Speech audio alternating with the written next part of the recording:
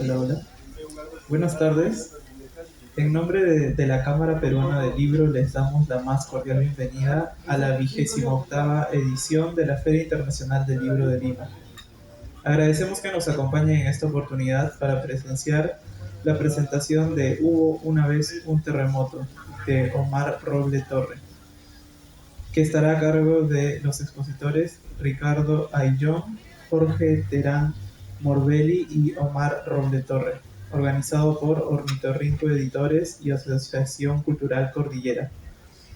Ahora vamos a ceder la palabra a Ricardo Ayllón. Hola, muchas gracias Gustavo, muchísimas gracias a la organización de esta 28ª Feria Internacional del Libro de Lima, en su edición de Bicentenario nada menos. Y gracias obviamente a Omar Robles Torre por la invitación de estar aquí con ustedes, queridos amigos. Somos pocos pero somos, y estamos interesados en el contenido de este libro que yo estoy seguro, más allá de lo comercial, por su interés, eh, por el tema, por el contenido, yo creo que se va a agotar rápidamente. Estoy casi seguro de eso. Lo digo por varias razones. Uno, por el sincero interés de Omar Robles en este tema, en el del terrible cataclismo que acabó prácticamente con muchos sueños, con miles de sueños de ciudadanos de la región Ancash o del departamento de Ancash, porque el terremoto de 1970, del 31 de mayo de 1970, no solamente arrasó con, como muchos recuerdan, con un alud la ciudad de Yungay, sino también con algunas ciudades importantes como la propia Huaraz, o en la costa con Chimbote, Casma, Guarmey, etc. ¿no? Fue un cataclismo muy grande que se sintió inclusive fuera de Ancash, enlutó muchas familias, pero dejó una honda huella en la historia de Ancash. Tan es así que los ancashinos, cuando nos referimos a nuestra propia historia, decimos antes o después del terremoto, ¿no? Tenemos como una especie de referente, ¿no? Cuando ocurre alguna cosa, nos preguntamos si eso fue antes o después del terremoto, porque eso es prácticamente lo que nos dejó, ¿no? Es como ahora, mucha gente, los jóvenes, los muchachos dicen antes de la pandemia y después de la pandemia, ¿no? Porque también fue un evento tan grande, tan fuerte, que nos ha dejado una onda, marca una onda huella en la mente y en el corazón. Entonces, lo que ha hecho Omar Robles es hacer una investigación, porque él no vivió en el terremoto del 70. Él nació unos años después, 4 o 5 años después, pero escuchó toda su niñez las historias de sus padres, sobre todo de su madre, historias referidas no solamente a lo ocurrido durante el terremoto, sino cosas que precedieron al terremoto y también cosas que vinieron después. Y dentro de ello es que él ha tomado dos temas importantes para una vez el terremoto, el libro que estamos presentando ahora, que son su historia familiar, o sea, lo que ocurre dentro de su entorno inmediato, de la gente que está dentro de su parentesco, sus tíos, sus abuelos, que murieron en el alud de Yungay, principalmente, lo que pasó con su familia, cómo quedó disgregada, cómo quedó una casa de su familia casi como un habitáculo para fantasmas, una casa que habitaban ahí todavía su familia, pero no en carne y hueso, sino sus espíritus, y que ellos podían ver, como si los vieran, como si nos estuviéramos viendo nosotros ahora. Fue una casa que tuvo que ser clausurada y que luego de muchos años ha sido reabierta, si tengo entendido, no estoy seguro. Bueno, este tipo de cosas son las que nos cuenta Omar, y también la honda huella que dejó en el sentimiento de su familia, tíos, etcétera. Y la otra parte del libro es la parte fantástica.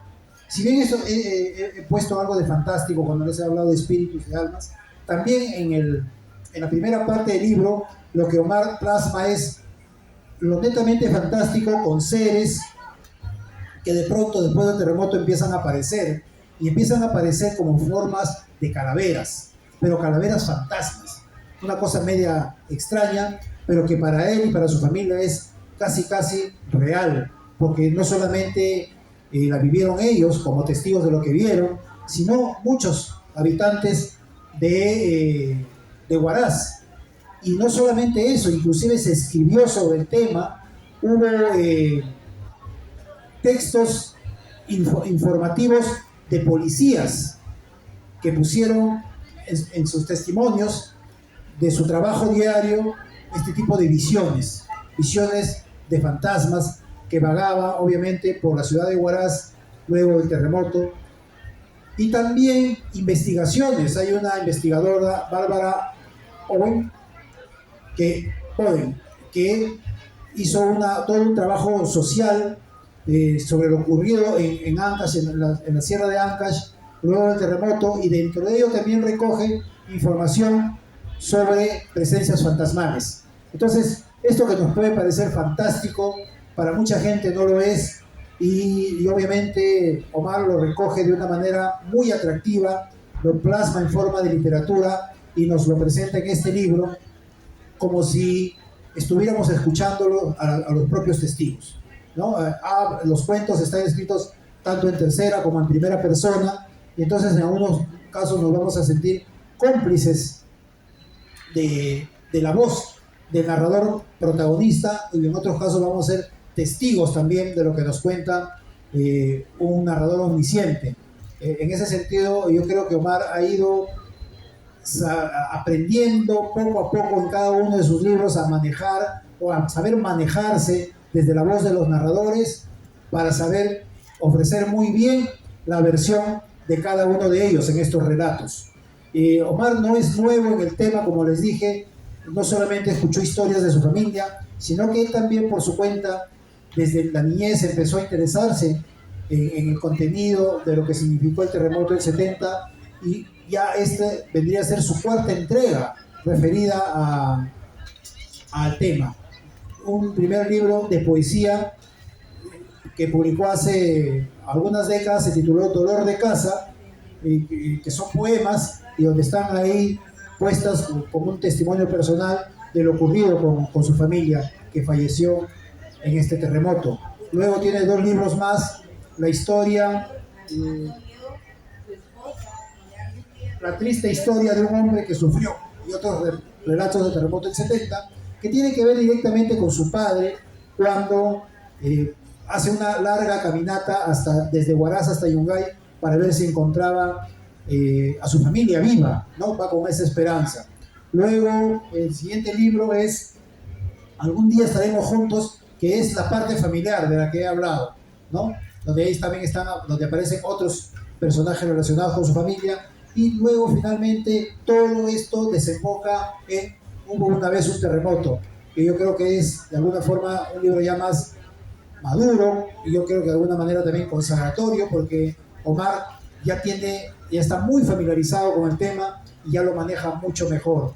Y como les dije, yo soy el editor, dirijo el Ornitorrinco Editores, y como les dije, hay mucho interés, inclusive aquí en Lima, no solamente en Ancash, por conocer el libro, por conocer el contenido, porque si bien no todos los habitantes ancashinos sufrieron directamente este cataclismo, sino también gente relacionada, que tuvo familia, que tuvo conocidos, allegados con Ancash, y que supieron de alguna manera lo que ocurre o lo que ocurrió con los ancashinos en este tremendo desastre. Entonces, esto es lo que nos trae Omar Robles Torre en Hubo una vez un terremoto, y yo creo que va a ser importante escuchar a Jorge Terán y con respecto ya a la parte del contenido, de su lectura, de su análisis y su interpretación acerca de este libro. Muchísimas gracias, ojalá que les haya interesado el contenido de lo que les estoy narrando ahora. El libro lo tienen ahí, y si lo leen podamos seguir conversando acerca de este importante libro. Muchas gracias.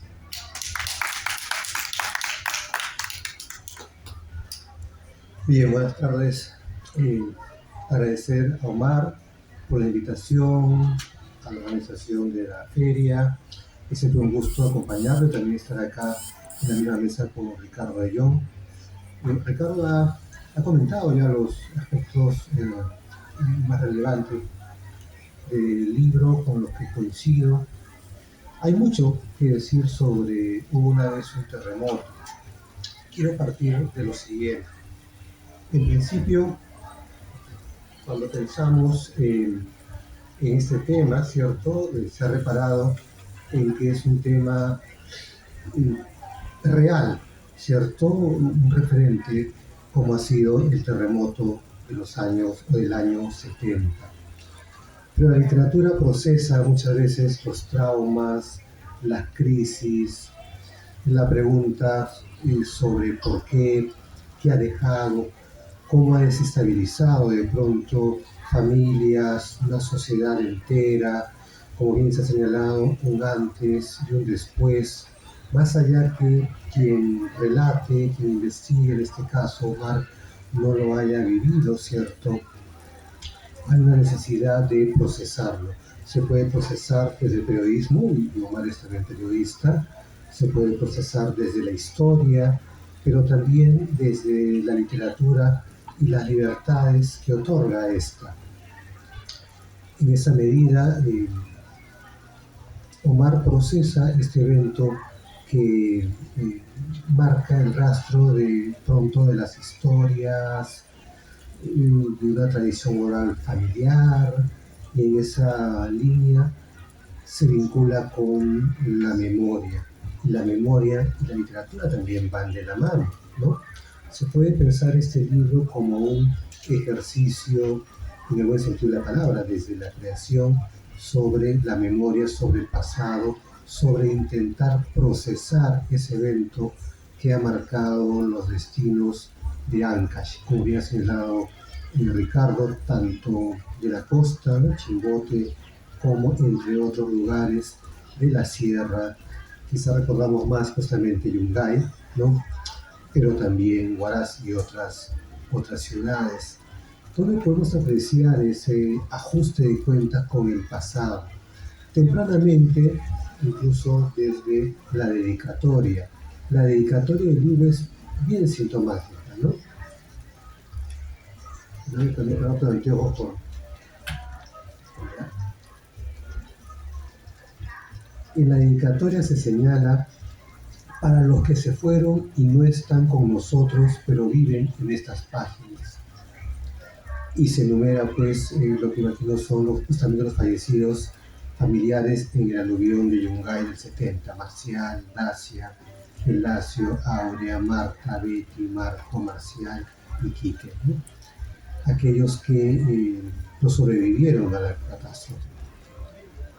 Para Leoncio, Olinda, Donna y Olga, que nos dejaron en estos últimos años, y para las 70.000 personas que fallecieron el 31 de mayo de 1970, todo mi amor para ellos, para las víctimas en general, pero también para sus familiares que sobrevivieron al cataclismo, y para aquellos que todavía se mantienen vivos, para quienes han sobrevivido de pronto o han nacido en aquel momento, eran pequeños o mucho después.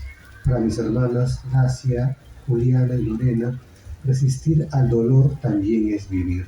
Dígase, como marca el subtítulo del libro, Hubo una vez un terremoto, cuentos de misterio, dolor y muerte. ¿Qué es un terremoto? Bueno, ya tenemos una definición más extensa, obviamente, una catástrofe natural, movimiento de la tierra, movimiento sísmico y todo lo demás. Pero un desastre natural a la vez nos demuestra que somos parte del mundo, ¿no? Que somos parte del entorno natural, o que estamos sometidos al poder de la naturaleza, que de pronto, en sentido estricto, somos muy poco ante esta, ¿cierto? Tenemos la civilización y todo lo demás, y como bien ha dicho Ricardo, la pandemia ha demostrado también que estamos sometidos contra lo que podamos creer a lo que es, pues, el desarrollo natural del mundo. Podemos recordar quizá una imagen clásica en la literatura, es la imagen de Odiseo, ¿no?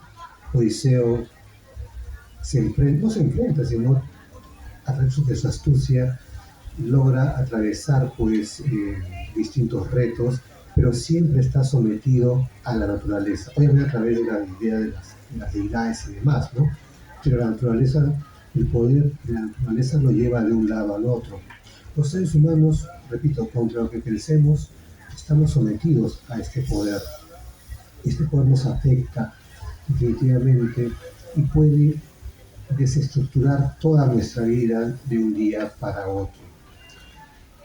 El subtítulo del libro es Cuentos de misterio, dolor y muerte. Y los cuentos obedecen a ello, al misterio, al dolor que también está presente o mencionado en el epígrafe y a la muerte. Podemos encontrar, por ejemplo, partiendo de esta naturaleza ficcional de los relatos, una serie de eventos asombrosos, sobrenaturales, que podemos denominar fantásticos.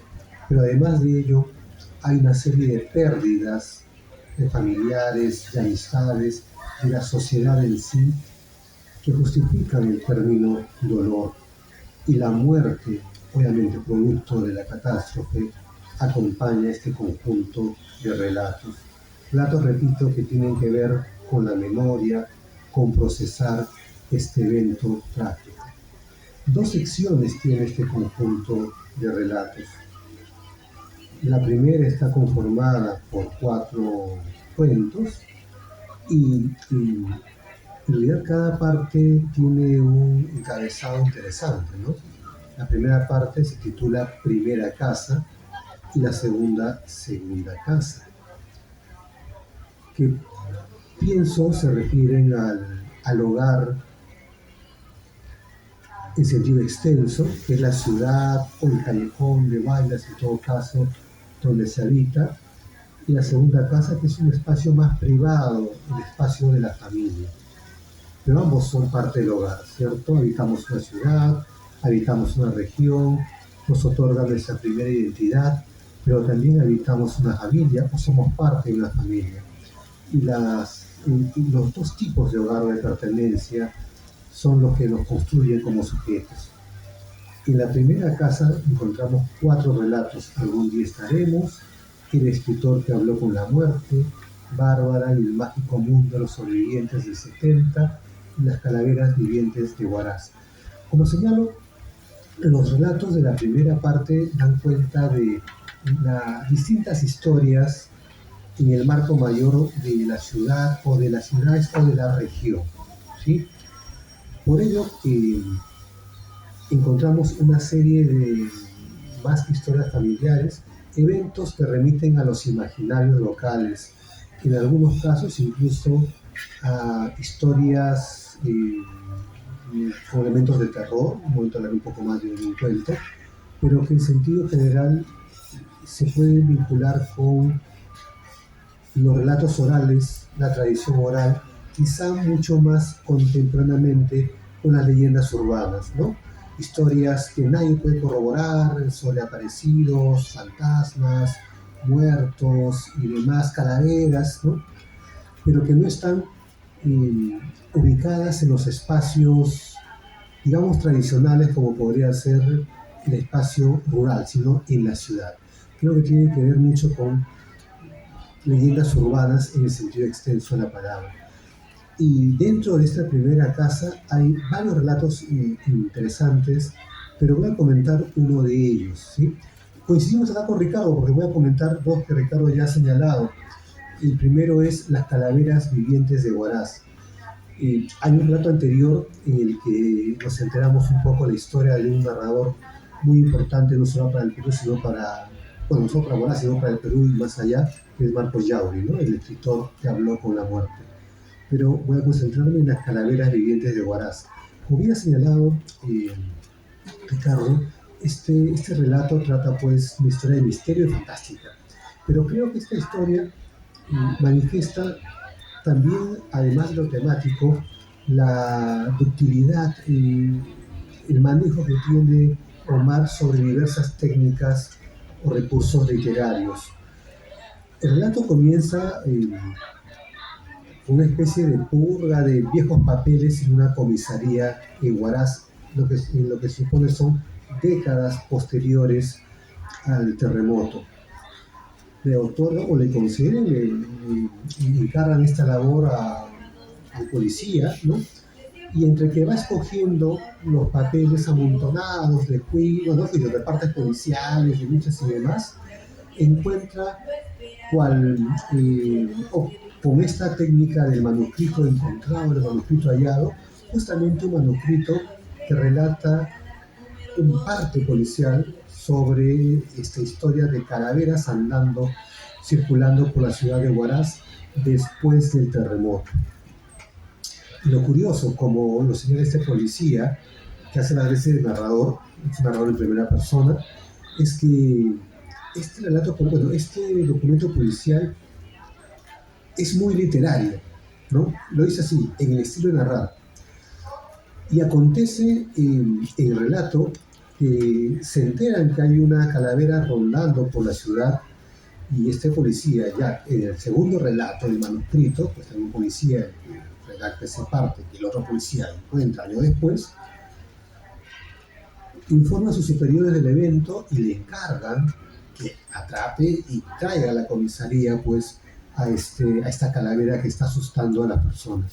Y ahí el relato, siendo fantástico, también ingresa dentro de, no el terror, porque no es un cuento que dé miedo, sino juega también con el absurdo, ¿no? Un poco con los extremos, porque este policía sigue, persigue, encuentra con esta calavera, pero antes se encuentra un lugar de reunión donde todas las calaveras se están reuniendo justamente para seguir hablando lo que acontece, lo que sucede, ¿no? Se enfrenta a ellas, suceden algunos tropiezos, continúa la búsqueda y termina capturando, por así decirlo, en un diálogo muy fluido, entre serio, cómico y absurdo, a esta primera calavera. La atrapa en la catedral, o lo que quedaba, se supone, de la catedral de Huaraz. Como son muchos relatos, voy a comentar dos, ¿ya? Y me tomé la libertad de señalar el final de repente, ¿no? Y al encontrar a esta calavera, resulta que era el sacerdote de la ciudad, ¿no?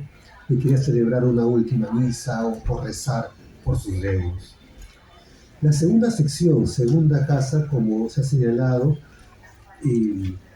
relata historias más íntimas, más familiares, de la familia que ahora nos comenta Ricardo, es la de Omar, obviamente procesada a través de la ficción. Y en este conjunto, conformado por 4 relatos, No han muerto, Esa casa de ladrillos, El misterioso tío de mi amigo, La dolorosa historia de una madre, un hijo y una familia, cobra particular interés justamente el relato Esa casa de ladrillos. La historia da cuenta de una familia, ¿no?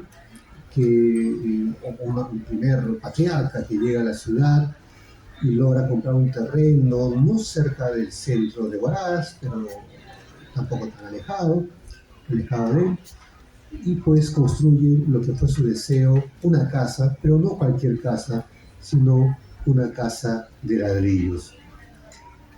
No lo dice en el tercer relato, pero creo que las casas que resisten los terremotos son sobre todo las casas de ladrillos, ¿no? En el evento del 70.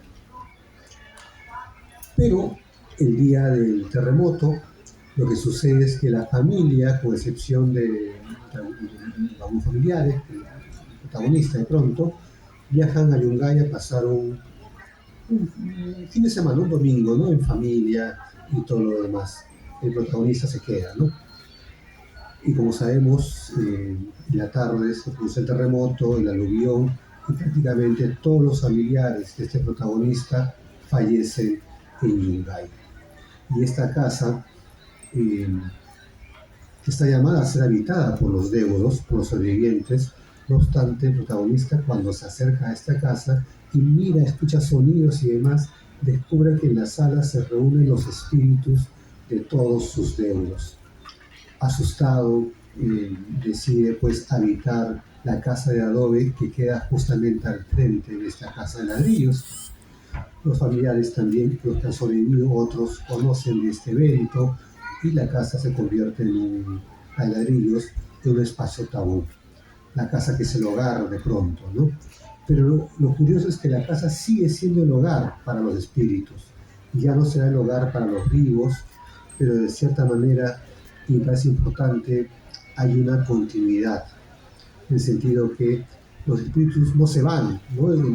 La familia, de pronto, nuestros deudos, lo que ellos significan, no se terminan de ir, ¿no? Habita en este caso la casa de ladrillos, mientras los vivos habitan la casa de adobe. Hay una doble dimensión, si queremos también, como el primer cuento, dos niveles en la ciudad, ¿no? Dos ciudades, si queremos, la ciudad de los vivos y la ciudad de los que se fueron, que puede significar varias cosas, pero entre ellas puede significar el mantenimiento del pasado, ¿cierto?, de la memoria de los que se han ido, pero también la dificultad para hacer el trabajo del duelo.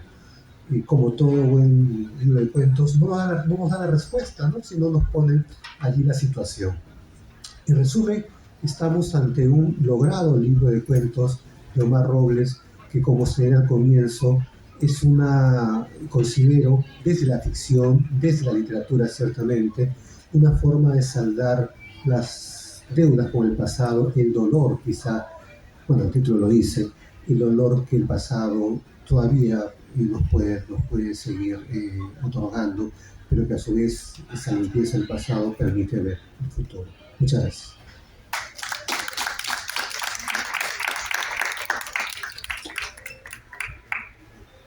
Omar.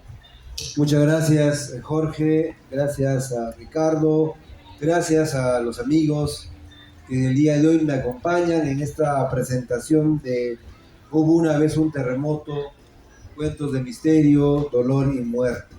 Siempre es grato llegar a Lima y siempre es grato también hablar de lo que hacemos en provincia, siempre es grato también presentar los libros y también mostrar que estamos desde el otro lado de la cordillera, estamos haciendo obras, ¿no? Estamos también tocando temas importantes, estamos también haciendo literatura de estos temas, de estas tragedias dolorosas que acontecieron en la región Ancash hace más de 50 años.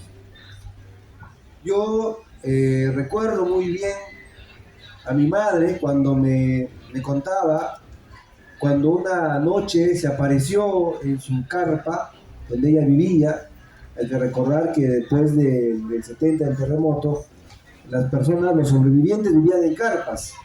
Y mi madre me contaba cómo ella estuvo en una carpa y se apareció un espíritu malo que lo quería asfixiar con la almohada. Y mi madre me contaba esa historia y nos contaba en la familia una y otra vez, y cada vez que estábamos recordando esas fechas tristes, nos traía a la memoria de aquel espíritu malo que la quería matar. Y todo el tiempo, toda mi infancia, he vivido con esa imagen de ese espíritu que quería matar a mi madre en la carpa después del terremoto. Y siempre lo escuchaba, pero nunca lo tomé como parte de la literatura, como un tema para poder desarrollarlo. Yo solamente escuchaba, y un momento a otras historias familiares también, como que mi padre fue a Yungay a buscar a su familia y estaba totalmente ya la ciudad sepultada. También fue una historia que yo mucho también escuchaba atentamente a lo que fue el incidente que aconteció en Yungay. Entonces son hechos, tanto la familia que fue a Yungay como el hecho que de los espíritus que querían matar a mi madre en la carpa, fueron cosas que se fueron dando en mí para poder ir pensando en hacer algo con la literatura. Pero primero tomé la historia de la familia, ese hecho acontecimiento triste, trágico, en donde 9 personas son sepultadas por el aluvión de Yungay, quedó también en mi memoria. Entonces yo dije, voy a hacer algo con estas historias de estos familiares que se fueron. Publicamos el poemario Dolor de Casa, en donde yo hablo sobre mis familiares, cuento desde mi voz de nieto, que no lo conoció, de cómo pudiera haber sido en mi relación con ellos. Es una relación, unos poemas bastante tristes, a la abuela, a los tíos, a mis padres, quienes me alimentaron de estas historias terribles. Esa primera incursión fue dolor de casa, ese dolor de casa terrible, doloroso, que vivimos en nuestra familia con este terremoto del 70. Pero luego surgieron otras historias, las historias de los aparecidos, las historias de las calaveras, las historias de los fantasmas, de los espíritus, que también se dieron. En la pandemia, esa historia de mi madre, de ese fantasma, se corroboró con las historias que había contado, que había recogido Bárbara Bode, esta antropóloga norteamericana que llegó a Huaraz a los pocos meses de acontecido el terremoto. Ella llegó y recogió cientos de testimonios, muchos testimonios recogió de varios sobrevivientes. Y cuando yo leí el libro Campanas del Silencio y encontré estos detalles, estos datitos sueltos por el libro, me recordó al acontecimiento que me contó mi madre, que me contó de los espíritus. Entonces, había los espíritus de mi madre, había los espíritus y los calaveras de Bárbara Bode. Entonces dije, este es un material muy bonito para poder hacer una historia. Pero también estaba la historia familiar, la historia de los abuelos, de los tíos que se fueron a Yungay y nunca más volvieron. Entonces, todas esas historias las fui mezclando y fui escribiendo cada uno de los cuentos que aparecen en el libro. Los cuentos que están un poco más antiguos son Algún día estaremos juntos, el cuento también de Bárbara y el mágico mundo de los sobrevivientes del 70, que es toda la visión paranormal, digamos de esa manera, sobrenatural, que vivió la antropóloga Bárbara Bode, pero que también se fueron sumando no solamente de ese libro, sino también de otros textos, de otros testimonios que yo he ido recogiendo de algunos sobrevivientes. No es exclusivamente de la literatura, sino también de testimonios orales que he ido yo recogiendo de personas que han visto fantasmas, calaveras después del terremoto del 70. Yo me pregunto, ¿no? ¿Podría haberse dado? Si nos ponemos en esa circunstancia, en ese momento, las casas estaban derrumbadas, las casas estaban caídas y debajo de las casas había muertos, porque la limpieza se dieron todavía posterior. Puede que se hayan dado esos momentos trágicos y tristes de encontrar personas que estaban vivas, ¿no? Entonces, ¿por qué no haberse dado también ese momento? Porque los damnificados, los sobrevivientes, vivieron una tragedia terrible, quedaron conmocionados psicológicamente, anímicamente, estaban destrozados. Y vivir esa tragedia, ese terrible suceso, para ellos fue conmovedor. Y por eso que los relatos que se han ido contando después, yo los he ido recogiendo y lo he transformado en literatura que aparecen en este libro. Son 8 relatos que lo que más me interesa un poco es contar la historia, ¿no? No quería un poco adornarte de la técnica, en algunos hay un poco de técnica, pero más que todo es contar la historia desde mi punto de vista de escritor, de familiar, de observador, de cronista, que quiere detallar lo que se vivió. En el libro, ya lo he mencionado, tenemos Las Calaveras Vivientes de Huaraz, que es un relato en el cual, inspirado, no sé si conmovido por otro relato que escribió Luis Huidobro, el testimonio también de un hombre que va cuidando en el panteón, fue como que me motivó, ¿no? Dije, no, se han escrito un testimonio sobre los hechos que acontecieron en un panteón, en un cementerio, porque no puede uno de mis personajes que está dentro del libro puede también tener esa relación con las calaveras, ¿no? Entonces, de ahí salieron Las Calaveras Vivientes. Es un cuento que me ha gustado bastante y también, ¿no?, gusta mucho a los niños, a los jóvenes, como estos hechos misteriosos, un poco como que nos seducen en la curiosidad de poder entrar a leer, ¿no?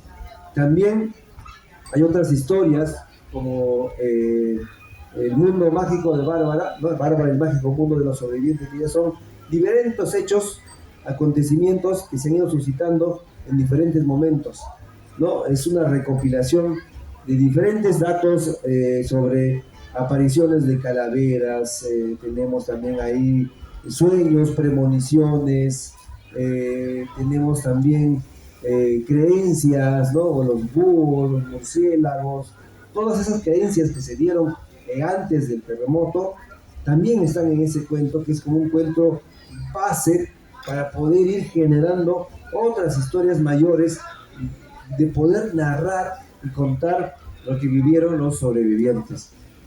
No solamente es mi intención mía narrar y contar lo que vivieron desde el dolor, ¿no? Tenemos muchos testimonios, acontecimientos trágicos, dolorosos, es cierto, pero también contar el terremoto del 70 desde la visión mágica, misteriosa, desde una calavera o desde una casa embrujada, también es de esta forma podemos contar, podemos narrar lo que aconteció.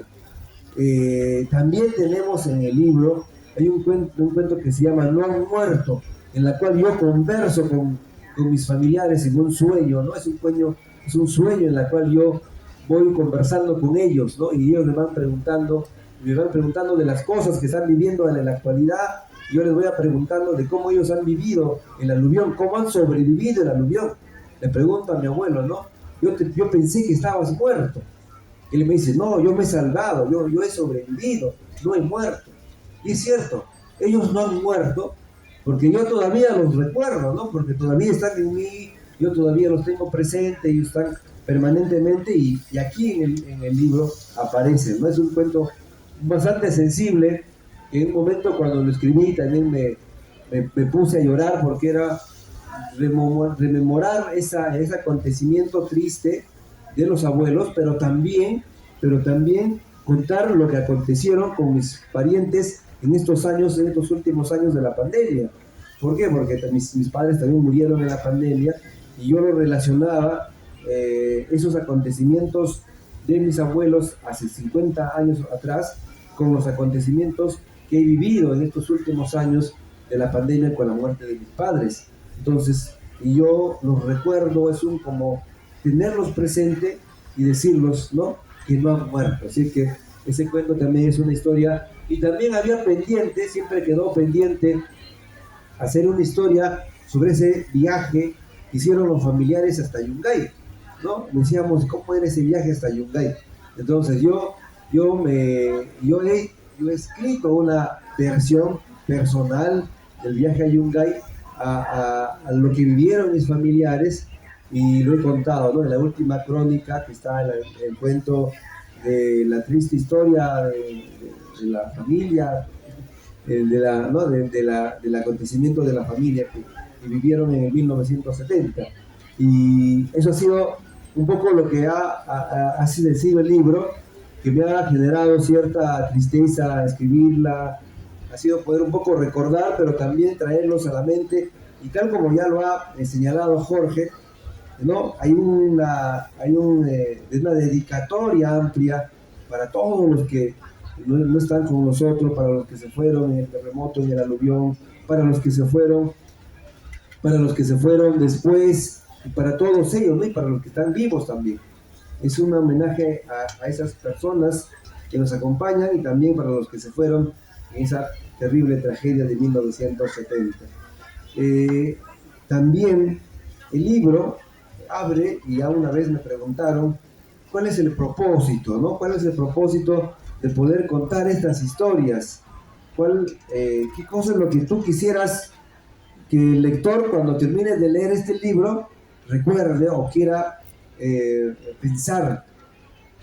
Y hay un epígrafe que saqué del libro de Bárbara Bode, esa antropóloga, que dice: de la muerte y el caos hay que sacar algún significado, tiene que encontrarse algún propósito, alguna apariencia de orden, ¿no? Digamos, esta tragedia, este dolor, este acontecimiento terrible que vivió el departamento de Ancash debe de llevarnos a algo. No solamente debemos de recordarnos en el dolor, en el sufrimiento, no, debe de llevarnos a pensar en algo más.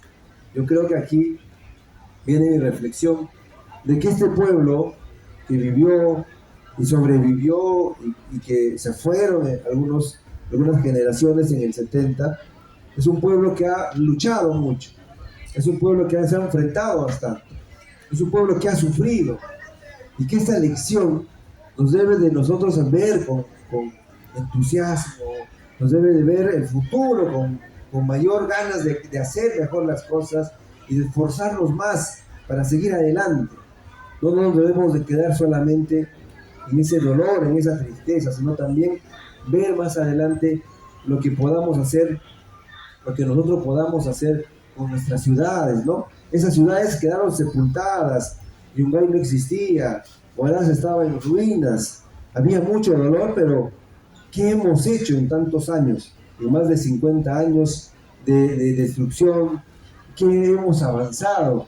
Este terremoto nos debe dejar lecciones, este terremoto nos debe dejar algún mensaje, y en esa reflexión es lo que yo debo de terminar, porque no debemos solamente pensar en eso, ¿no? Debemos de buscar un propósito, una idea, de que este dolor, que este sufrimiento nos puede llevar a ser mejores. Y por eso que yo considero que es esencial poder recuperar esa tristeza, ese dolor, o recordar y ver los acontecimientos que pasaron, pero también me gustaría en un momento saltar esa valla, ¿no? Y ya reflexionar, quizá por un momento llegar a la reflexión de mis personajes en torno a los acontecimientos. ¿Qué tanto hemos avanzado? ¿Qué tanto esta destrucción ha significado positiva o negativamente en el poblador ancashino, en el poblador huaracino?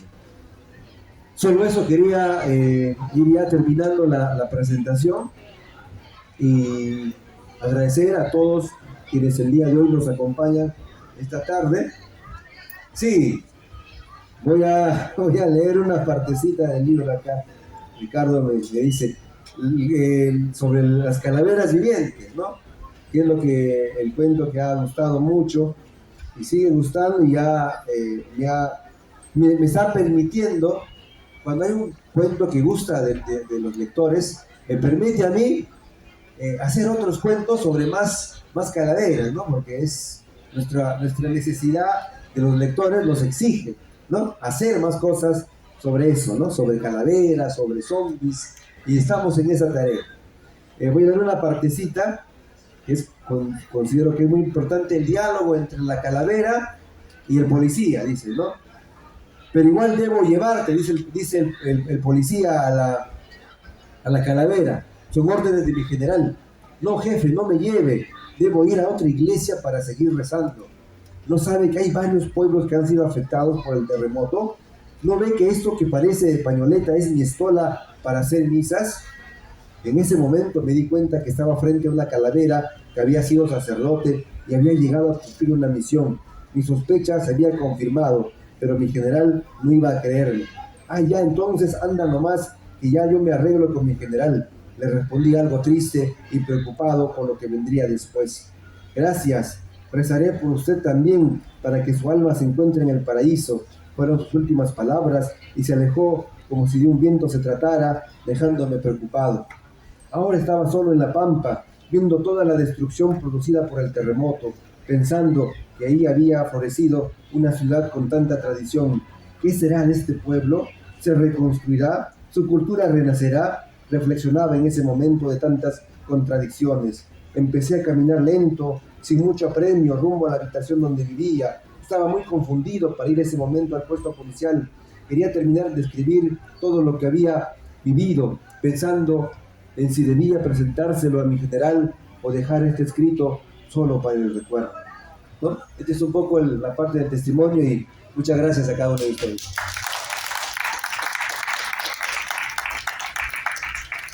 Para los interesados, el libro está en la puerta, ¿no? Ahí está para los que quieran adquirir la publicación y también poder compartirlo. Muchas gracias.